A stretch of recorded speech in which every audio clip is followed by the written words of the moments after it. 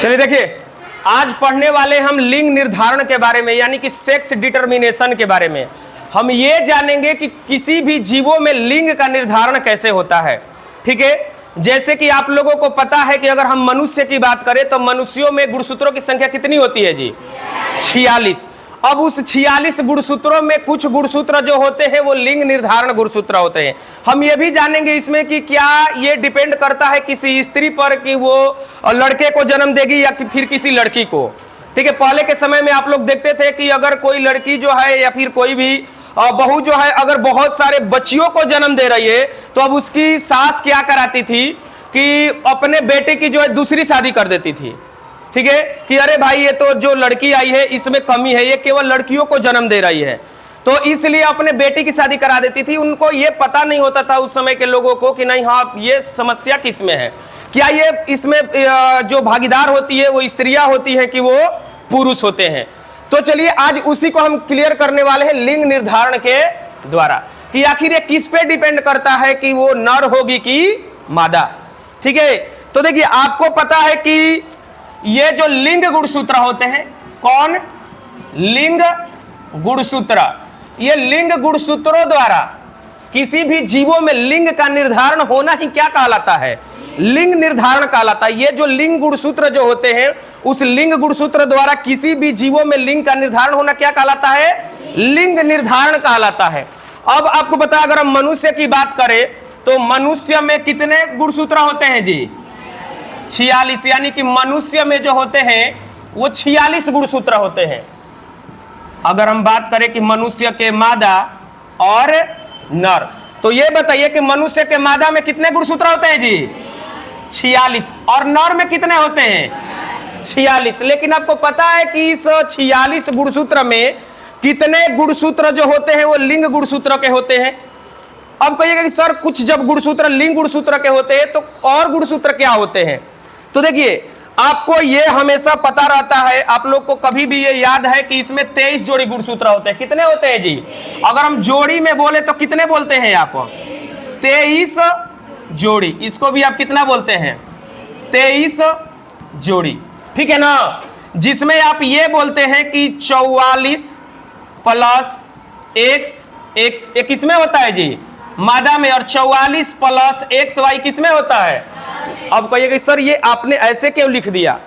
तो देखिए ये आपको जो 44 गुणसूत्र दिखाई दे रहे हैं ये गुणसूत्र अलग हो गए। ये गुणसूत्र जो आपके होते हैं, जो दो गुणसूत्र होते हैं यानी कि एक जोड़ी, यही गुणसूत्र लिंग गुणसूत्र कहलाते हैं। तो कहिएगा तब इसको क्या बोलते हैं? इसको बोलते हैं हम ऑटोसोम। क्या बोलते हैं इसको जी? ये जो 44 को गुणसूत्र होता है यानी कि 22 जोड़ी जो गुणसूत्र होता है वो कौन सा गुणसूत्र होता है? ऑटोसोम होता है। और बाकी जो अंतिम के एक जोड़ी गुणसूत्र होते हैं इनको हम क्या बोलते हैं? एलोसोम बोलते हैं। क्या बोलते हैं इसे हम? एलोसोम। इसी को बोलते हैं हम लिंग गुणसूत्र। तो ये बताइए कि ये नर में भी जो है ये कौन सा गुणसूत्र हो जाएगा? ऑटोसोम होगा कि नहीं होगा? और ये अंतिम के जो एक जोड़ी गुणसूत्र है ये क्या कहलाएगा? एलोसोम कहलाएगा।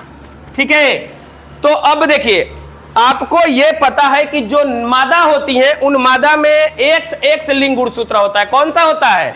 XX। और नर में कौन से लिंग गुणसूत्र होते हैं? XY।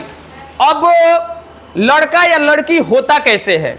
ठीक है, तो देखिए जब आपको पता है कि जब लैंगिक जनन की क्रिया होती है तो उसमें दो युग्मक मिलते हैं, एक नर युग्मक और एक मादा युग्मक। सबसे पहले ये युग्मक जो है नर और मादा के शरीर में बनते हैं, जिसमें होता क्या है कि ये जो है गुणसूत्रों में विभाजन होगा। जो 46 को गुणसूत्र है ना, इनमें विभाजन होगा और विभाजन के बाद जो है वो दोनों आपस में मिलने वाले हैं। इसमें भी विभाजन होगा और इसमें भी विभाजन होगा और दोनों में युग्मक बनेंगे।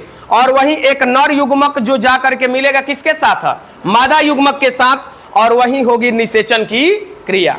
अब डिपेंड ये करता है कि आखिर लड़का कब होगा और लड़की कब होगी। तो ध्यान दीजिए, आपको यहां पे दिखाई दे रहा होगा नर गुणसूत्र में यहां पे XY दिखाई दे रहा है। लिंग गुणसूत्र में क्या दिखाई दे रहा है जी? नर के लिंग गुणसूत्र में क्या दिखाई दे रहा है? XY। ये जो Y है यही नर के लिंग निर्धारण करने वाला गुणसूत्र है। यही नर जननांग विकसित करने वाला ये गुणसूत्र है, यही डिसाइड करेगा कि वो लड़का होगा। अगर ये जिसमें गया तो वो क्या होगा, लड़का, और अगर नहीं गया, जिसमें एक्स वाला चला गया, तो वो क्या होगी, लड़की। अब ये युग्मक जब बनता है ना, तो ये बनेगा इस तरीके से, जैसे 22 प्लस एक्स, ये इसमें 44 को गुणसूत्र है, तो इसमें से कौन निकलेगा, 22 को, कौन निकलेगा जी, और एक्स वाई में से इसमें भी आधा आधा निकलता है, आपको पता है, तो एक्स वाई में से क्या निकलेगा, एक्स। तो अगर ये जिसमें जाएगा तो क्या होगी, वो लड़की। लेकिन अगर इसमें से निकला 22 गुणसूत्र और यहां पे क्या निकल गया, वाई, तो अब ये होने वाला संतान क्या होगा, लड़का। तो ये बताइए कि वाई तो केवल नर में ना है, क्या मादा में वाई है? तो अब यहां पे डिपेंड करता है कि नर का एक्स वाला जा रहा है कि वाई वाला। अगर नर का एक्स वाला जाएगा तो वो लड़की होगी, और नर का वाई वाला जाएगा उसमें तो वो क्या होगा, लड़का। तो ये फुली तरीके से डिपेंड कर रहा है किस पे, नर पे। इसमें महिलाओं का कोई लेना देना नहीं है, ये महिलाओं के ऊपर डिपेंड नहीं करता कि लड़का होगी कि लड़की। इसीलिए शादी किसकी करानी चाहिए, महिला की करानी चाहिए।